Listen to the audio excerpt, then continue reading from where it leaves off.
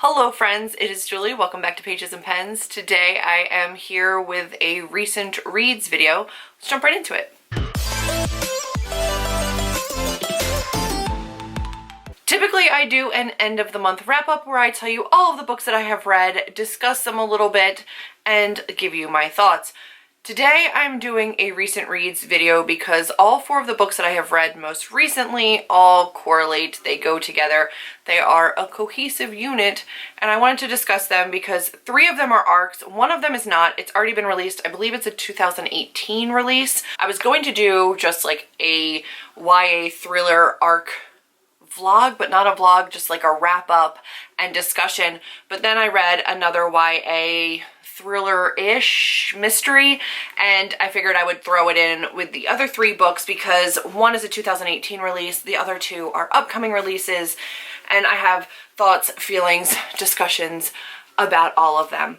So we're going to jump right in. I will say that three of these books were sent to me by Sourcefire Books, and I picked only the titles I thought I was going to be most interested in, and they were all YA thrillers / mystery, because that's what I'm reading right now.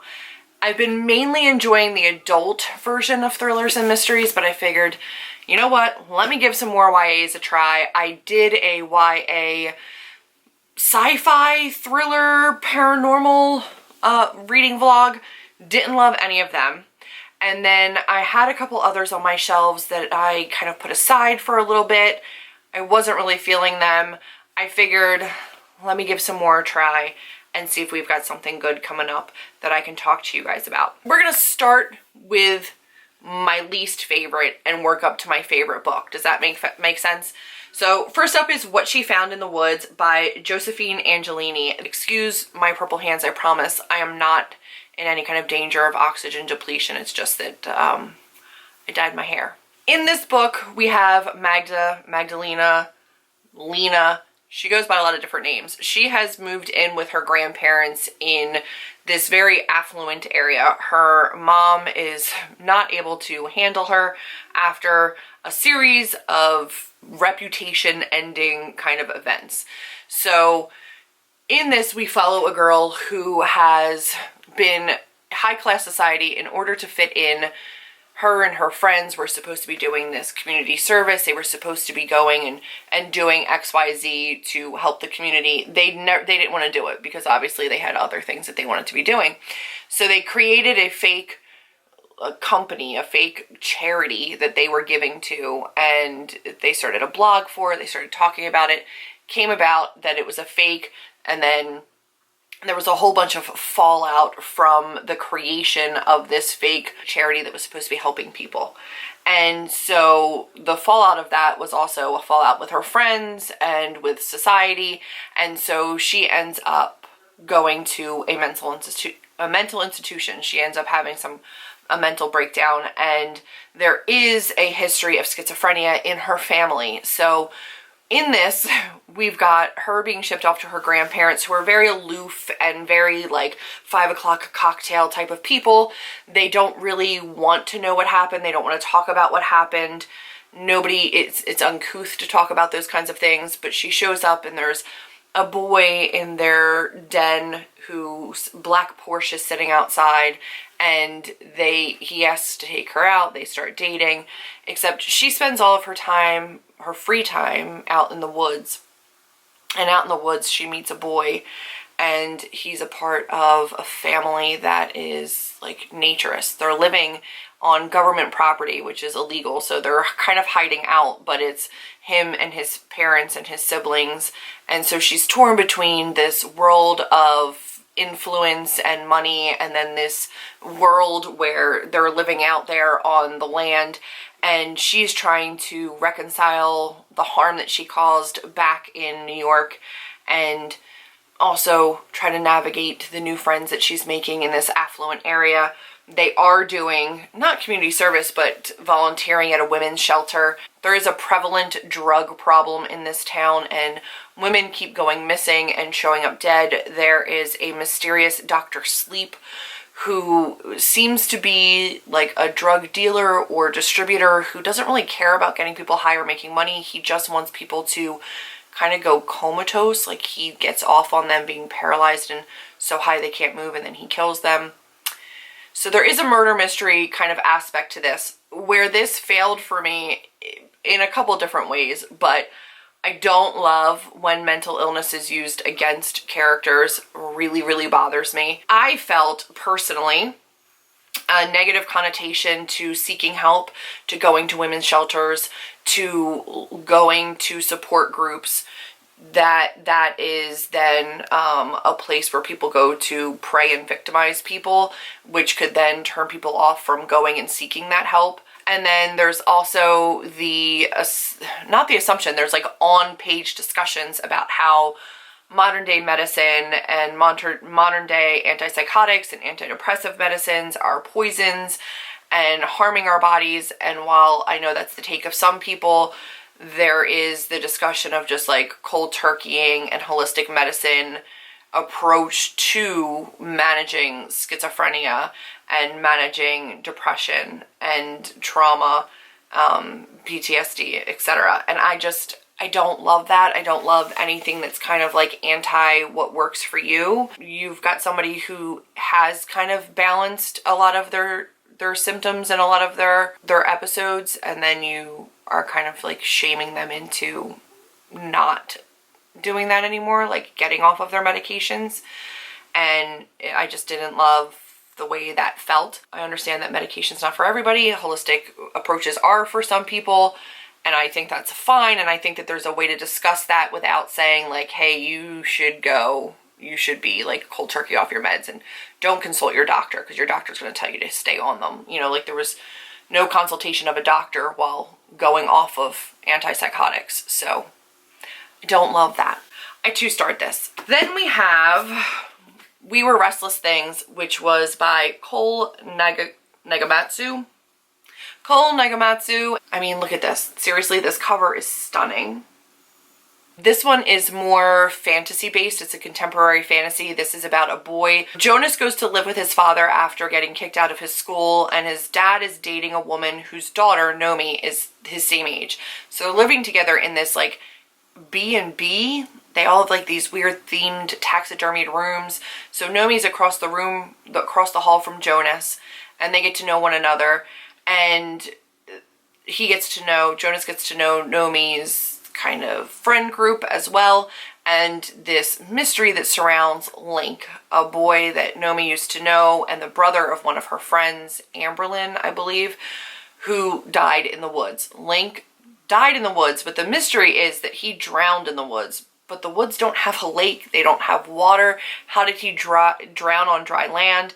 And so this follows a very contemporary setting. It's very real world, but there is a fantasy aspect, and it's one specific fantasy aspect, and it is this lake that shows up for Nomi. She can bring people there. Some people can access it on their own, but the lake kind of has to let them see it. When they tried to bring the police there to say like Link probably drowned in this lake, police couldn't find it. The lake wouldn't let them access it. So we surround this story around somebody's death, around Nomi and around Jonas, and we do get POVs from both of them. There's also a POV from Link who died. This weird way that he tries to continue to communicate with Nomi. This mysterious thing that is the lake in the middle of the woods, right? Like there is still this mystery there.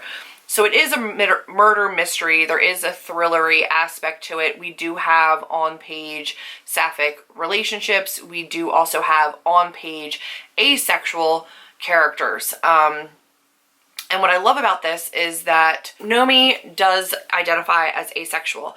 Throughout the course of this book, she has multiple men that are interested in her, and she does have a romantic relationship with one of them, and there is on-page discussion about sex and about kissing and about things that she will do for partners because it means something to their partner, even though she doesn't really have any interest in it. I liked a lot of that discussion, but again, I am not on the ace spectrum, so I think that we should be looking for own voices reviewers on this one.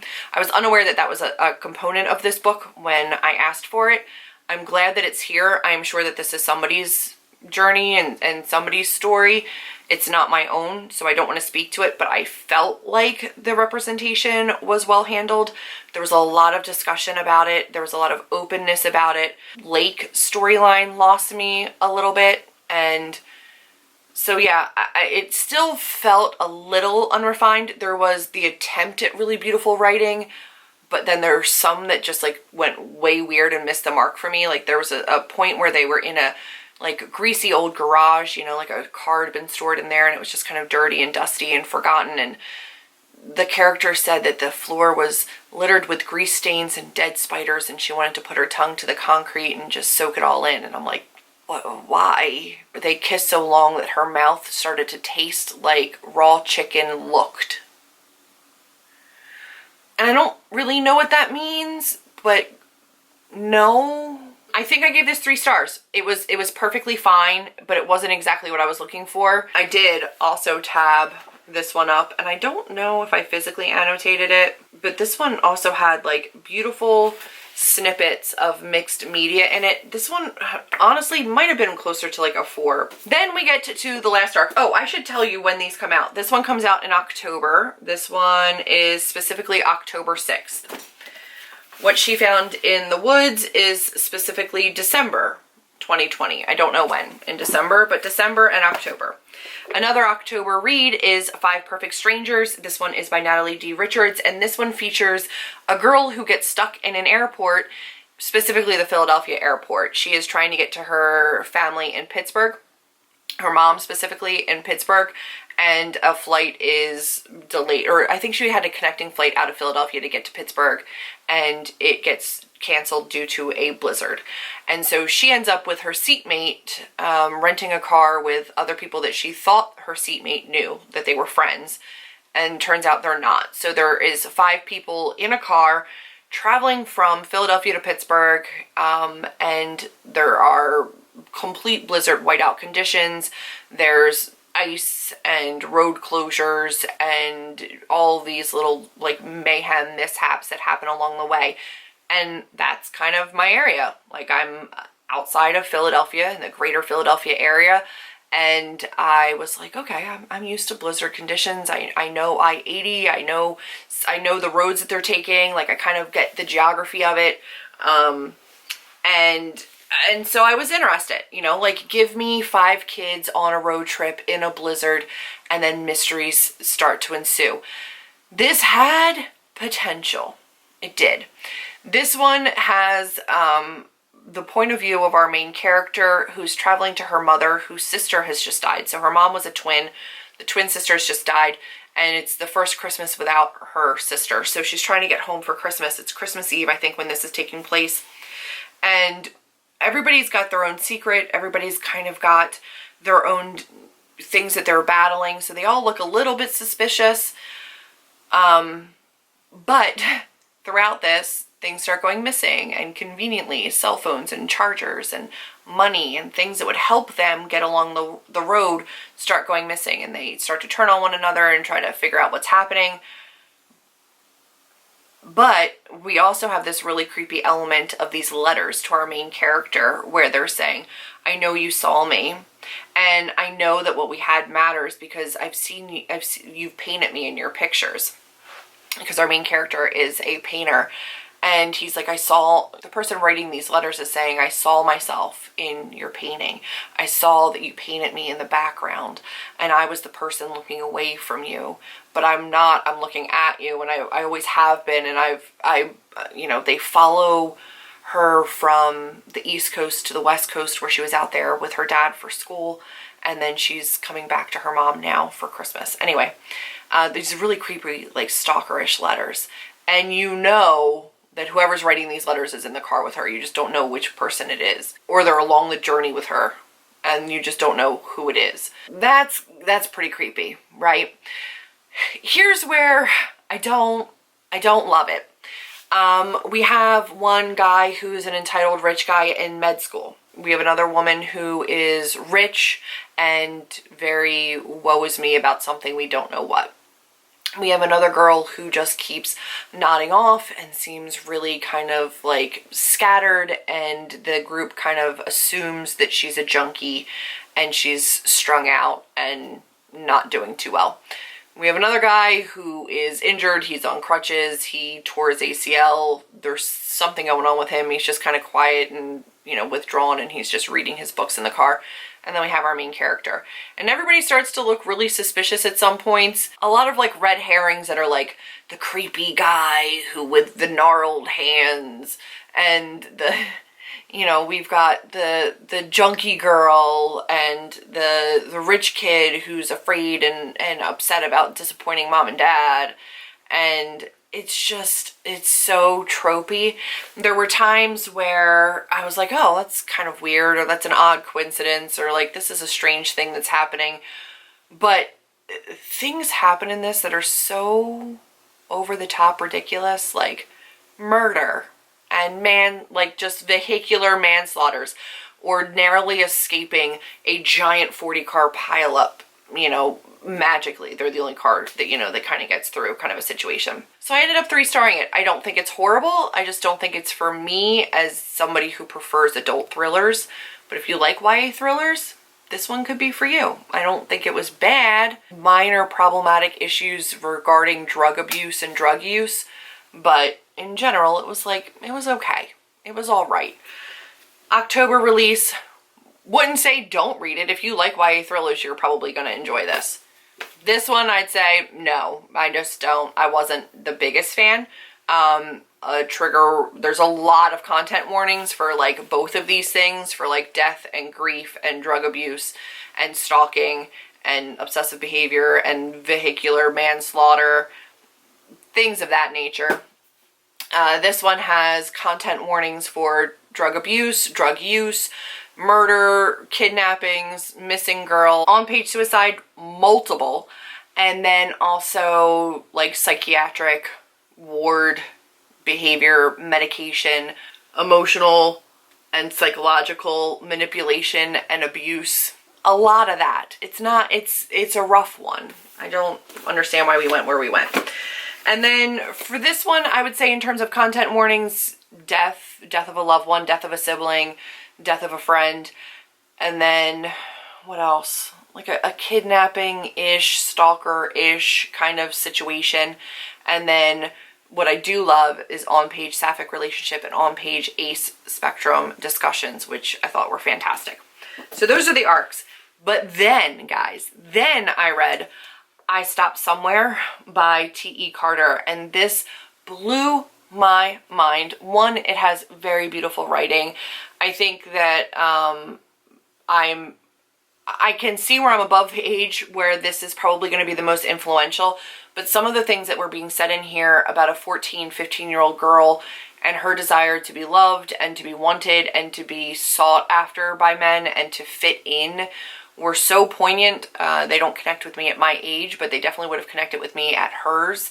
And this one follows Ellie, who was our main character, as she moves into high school, as she tries to be seen, as she dates a new boy, and then also follows incredibly graphic and just heartbreaking rape and sexual violence and murder and just absolutely horrible, horrific, painful to read about things. So good, but like in a heartbreaking, horrible way. It was not easy to read. I cried multiple times while I was at work reading this. I cried a lot.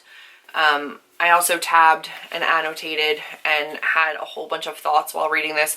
I knew from page one this was going to be one that I kept and that I wanted to annotate and I wanted to really, really love on. This one has a big piece of my heart, and I think it's going to really stick with me, and it's a backlist title, and I'm really, really thrilled that I finally read it.